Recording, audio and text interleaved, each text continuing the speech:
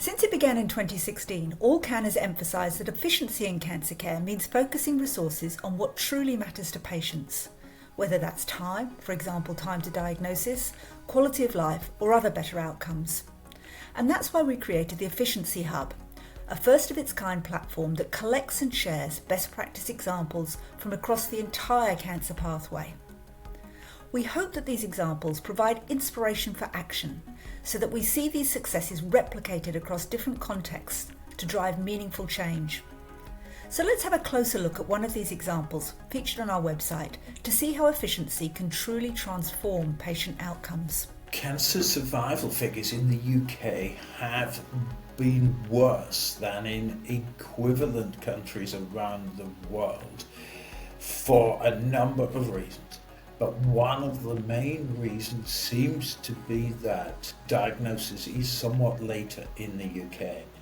And that brought a new focus on where cancer is diagnosed, or at least where cancer is first considered in the cancer diagnostic journey. And that takes you straight into the GP's consulting room, because 90% of cancers are diagnosed in this country following a GP consultation. The GP may not think of cancer.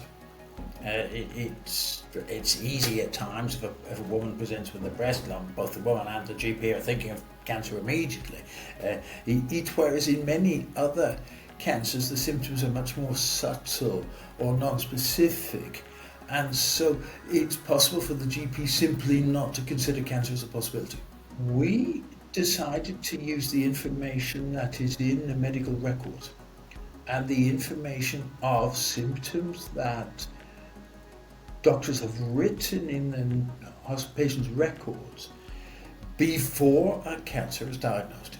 The electronic clinical decision support or risk assessment tool looks at the GP records of every patient in the practice every night and calculates the risk of cancer from symptoms and blood tests that are recorded in the notes at that point, and primes the GP's computer to pop up in the screen a description of the possibility of cancer and what the actual estimated risk of cancer is and why that estimated risk has been calculated. Now, we did a whole series of scientific studies to pattern out what symptoms are relevant for cancer.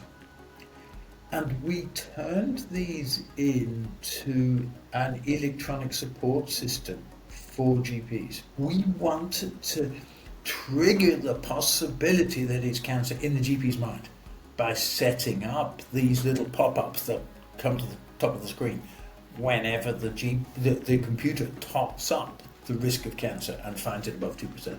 It will say your patient has, on the symptoms that we've picked out of the records, a 2.5% chance of pancreas, and it's because of the patient has lost weight or they've newly developed diabetes or something like this, so that the GP is armed with the information to then further discuss with the patient. So that's all it does. It doesn't tell GPs what to do.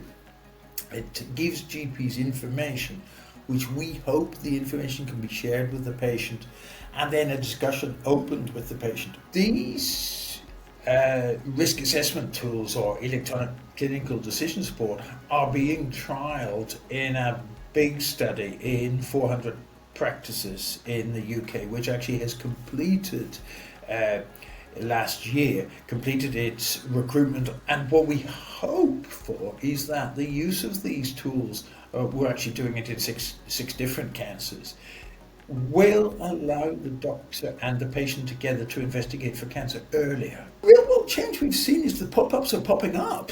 And so we're getting, even in the 400 practices that we've got, we're getting several hundred things popping up every week.